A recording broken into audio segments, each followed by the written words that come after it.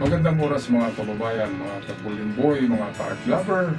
Well, merong napakalaking katanungan dito sa napipintong giyera.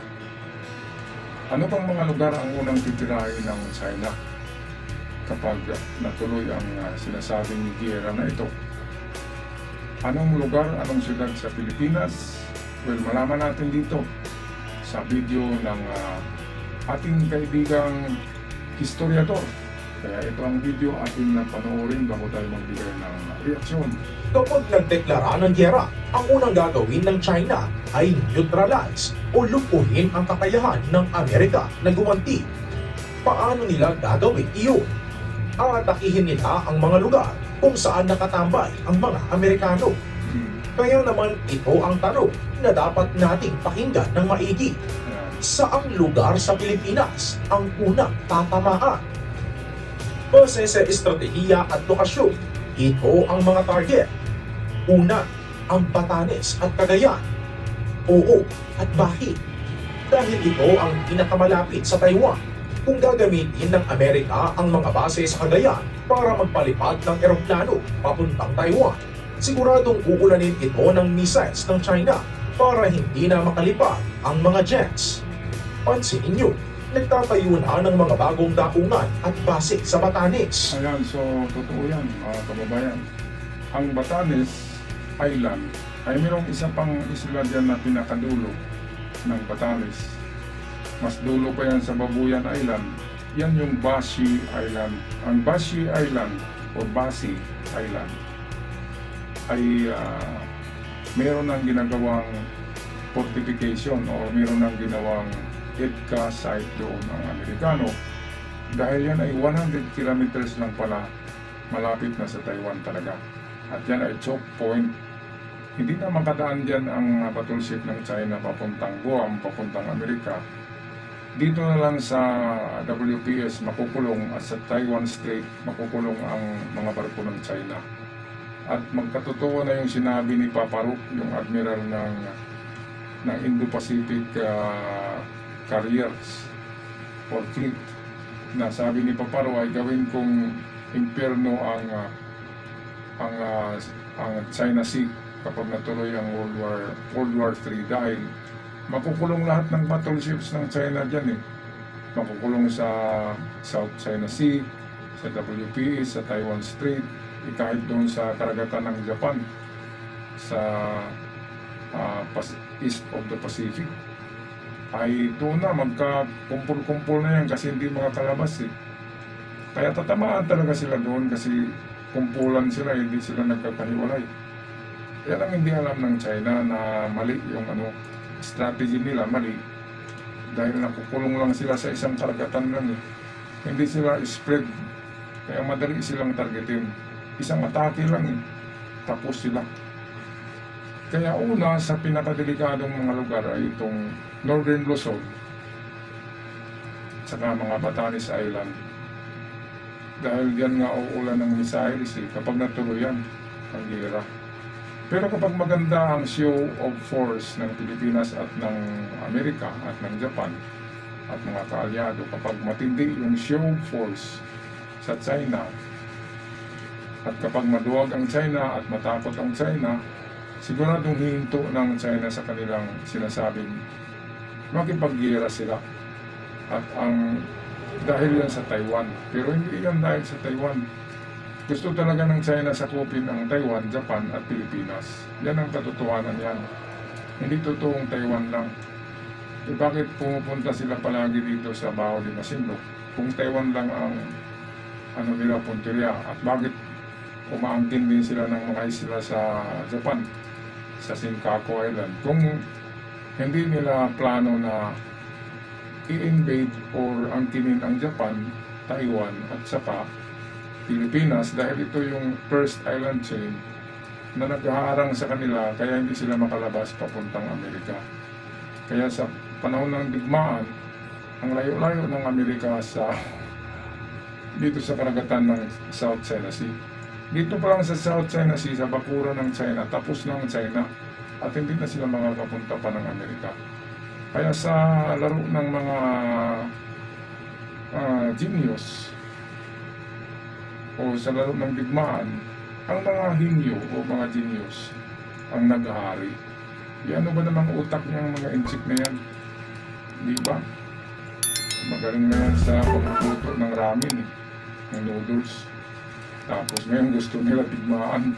Hindi sila magaling sa digmaan. Ang Amerikano ang magaling dahil tested na yan sa World War II sa mga strategy.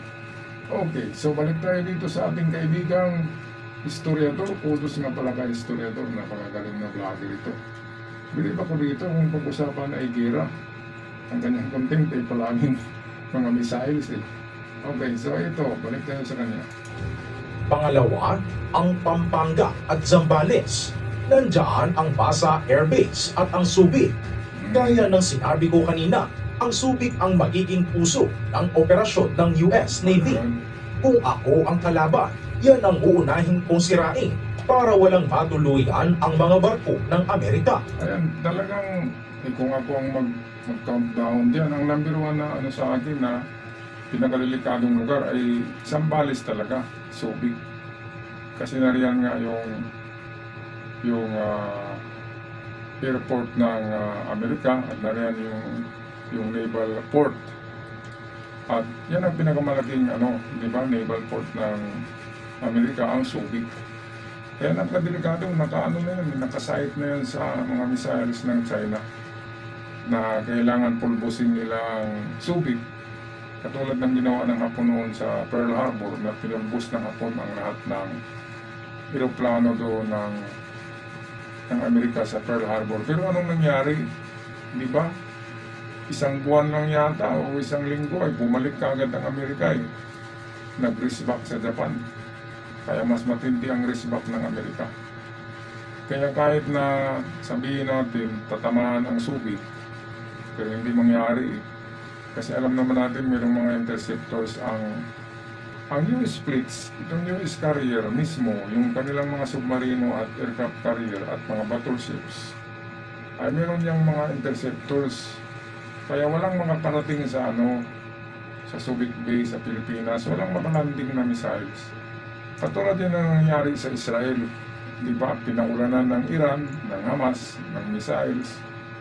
200 ka missiles, hindi makapasok sa Israel dahil nga tumutulong ang Amerika doon sa the Red Sea, ay nagpakawala din ng Amerika ng mga interceptors, marami, hindi nga lang pinapagita.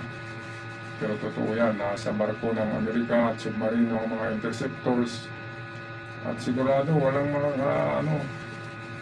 makakarating sa Pilipinas na missiles kasi sa karagatan pa lamang ay sinasalubong na yan ng interceptors ng Amerika. Sila doon sa karagatan ng ang mga battleships ng Amerika at mga submarino. Okay, so grabe talaga itong ito. Dito sa Pilipinas, ang pinagdebatihan sa Senado ay mga magnanakaw eh. Dapat pinagdebatihan yan ay kung anong bibilhin para sa depensa natin sa ating teritoryo at karagatan. Okay, balik tayo sa balita. Ang Clark naman, dahil sa haba ng runway nito, kayang-kaya diyang lumapag ng mga malalaking cargo planes ng US. Target din yan. Pangatlo, ang Palawan. Ang Antonio Bautista Air Base ay nakaharap mismo sa West Philippine Sea. Diyan manggagaling ang mga eroplano na sasalubong sa mga barko ng China. Itong Palawan, talagang pangatlo yan. Para sa akin, pangalawa ay napakadelikado. Dahil nga sa pagdepensa natin sa Baho de Masinloc, ang Palawan ay napakalapit sa Baho de Masinloc. Kaya kung magkaroon ng kaguluhan sa Baho de Masinloc, una talagang Palawan eh. Baka mahuli pa yung Batanes at saka Zambales. Palawan talaga ang mauuna kung patuloy na aangkinin ng China itong Baho de Masinloc. Ayun ako. Ako pagpapasok ako doon sa pinagtrabahoan ko na isang kolehiyo, mga ka-art lover ay nakikita ko yung mga estudyante nire-recruit na ng Philippine Navy as reservist. Mga estudyante yun mga 20 years old, 21 years old, mga first year college, pumasok na eh. Palagi na silang nagmarcha-marcha doon. doon sa eskwelahan. At nakikita ko na po, kapag matuloy ang giyera na ito, ano kayang mangyari sa mga estudyante na ito, iiyak to eh. Kasi Philippine Navy, sila kagad yung tatawagin. Pero napakaganda niyan, meron kasing mga sweldo yan eh. Maagang magkasweldo, di ba mga estudyante, malaki ang sweldo ng Philippine Navy. At kapag halimbawa nanalo tayo sa giyera, ay automatic na ano, di ba, na itong active duty itong mga reservist. At magkaroon sila ng trabaho agad, di ba? So yan yung positive side, pero ang negative downside niyan ay napakadelikado talaga. Yung isang paa nasa hukay. Kasi barko, pag tamaan, dalangoy ka pa, di ba? Okay lang sa kalupaan kasi pwede kang sumuot sa mga yungin, di ba? Magtago, pero sa karagatan, dalangoy ka, dalawang kalaban mo, missile sa kapatid. Mga kababayan, kaya nakakatakot tong giyera na to, kung matuloy ito, grabe. Siya nga pala, nung 2 araw na karaan, 100 ships pinadala ng China sa WPS. 100 din doon sa Taiwan at Japan. Grabe, nananakot sila, tinatakot nila ang buong mundo. Ang Asia region, tinatakot ng China eh. Biruin nyo, 100 ka battleships ay pinaikot-ikot yan sa WPS, papuntang Taiwan at Japan. Tapos sinabi ng Japan na, oy, huwag kayong matakot, ganito talaga kami. O, nagpapasika.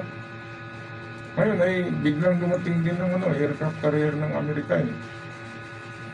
Kaya natigil yung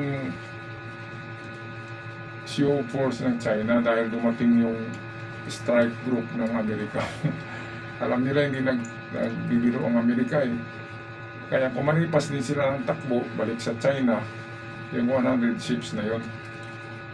Grabe no, nagkakaano no, itong China, grabe. Ang estratehiya nila ay bumabalik sa kanilang tumbong, parang DPS din. Sila yung nagpasabog, pero yung mga puwet nila yung sumasabog. At ang baho-baho pa, ang basa-basa. Diba mga kababayan? Okay, patuloy tayo sa video dito ni Historiador. Sa karagatan, ito ang frontline o ang pinakaunang sasala sa bakbakan. Pang-apat, Metro Manila. Bakit? Dahil nandito ang command center. Nandito ang gobyerno. Sa modernong giyera, kasama sa target ang komunikasyon at ekonomiya. Naku, taga Manila. Taga Manila, careful kayo ha. Kasi nandiyan nga yung Malacanang eh. Sa giyera ng mga langgam, ng mga ants, ang tinitira nila ay ang the queen eh, ang queen. Kapag nawala ang queen, magkagulo na yung mga yung kanyang army, di ba? Kaya Malacanang ang tatargetin eh. Kaya delikado pa rin yung mga syudad na malapit sa Malacanang. Diyan sa sa Santa Mesa, sa Quiapo, Santa Cruz, Recto, Espanya, di ba? Sampaloc, Manila, San Miguel.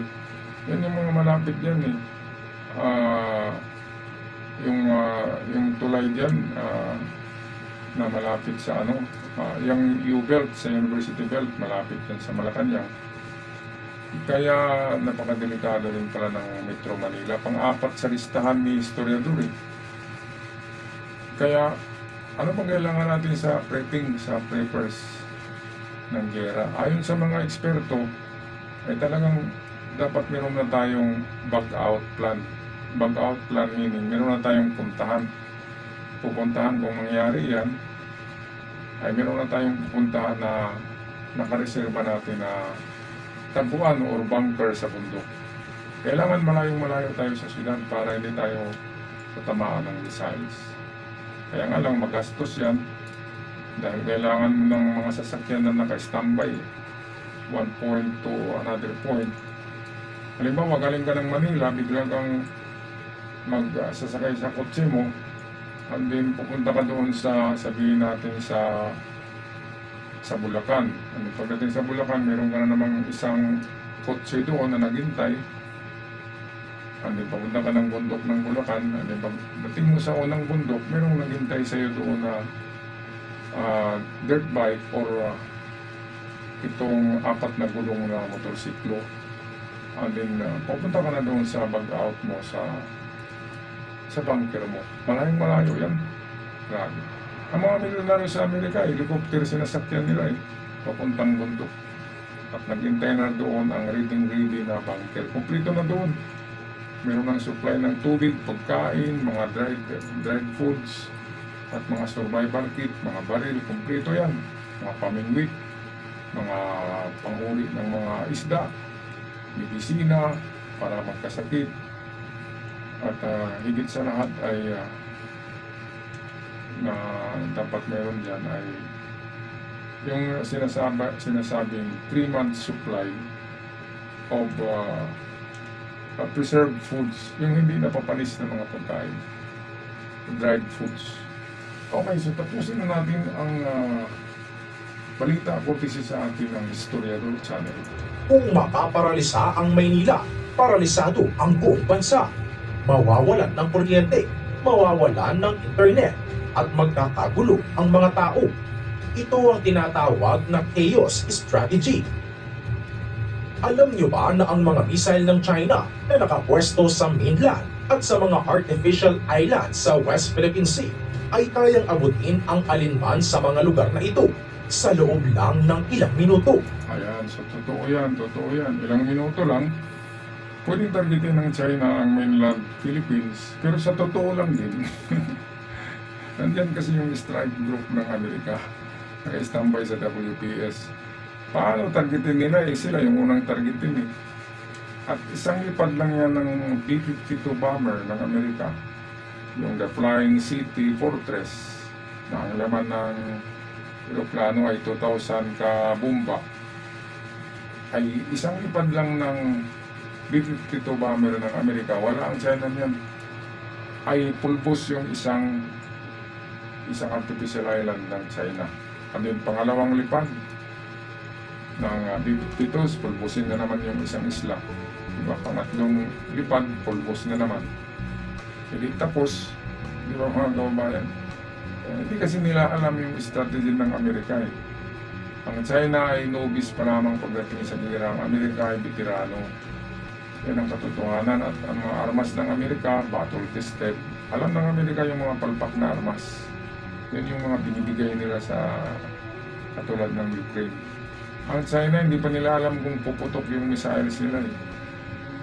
Kaya sabi ng mga eksperto, sa 100 ka missiles, ang puputok daw doon ay 40 lang. Sa 60 yung pagpakis kapag made in China. Okay, anong masasabi niyo dito mga kababayan sa sinasabing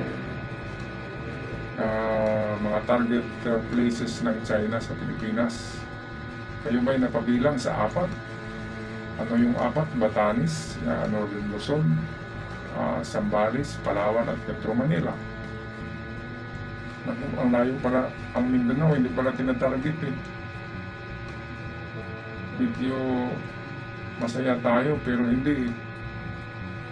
Kasi kapag nakalanding ang mga insect dito ay lahat ng isla ay lalandingan nila . Kaya kahit nasa Mindanao tayo, maganda na rin tayo mga kababayan, mga card lover. Anong masasabi nyo dito mga card lover, mga kabuling boy? Pag-comment ka lang sa ating comment section. At sa mga bago pa lang sa channel, huwag kalimutan mag-subscribe. Maraming salamat. Hanggang sa muli. Paalam. Love and peace.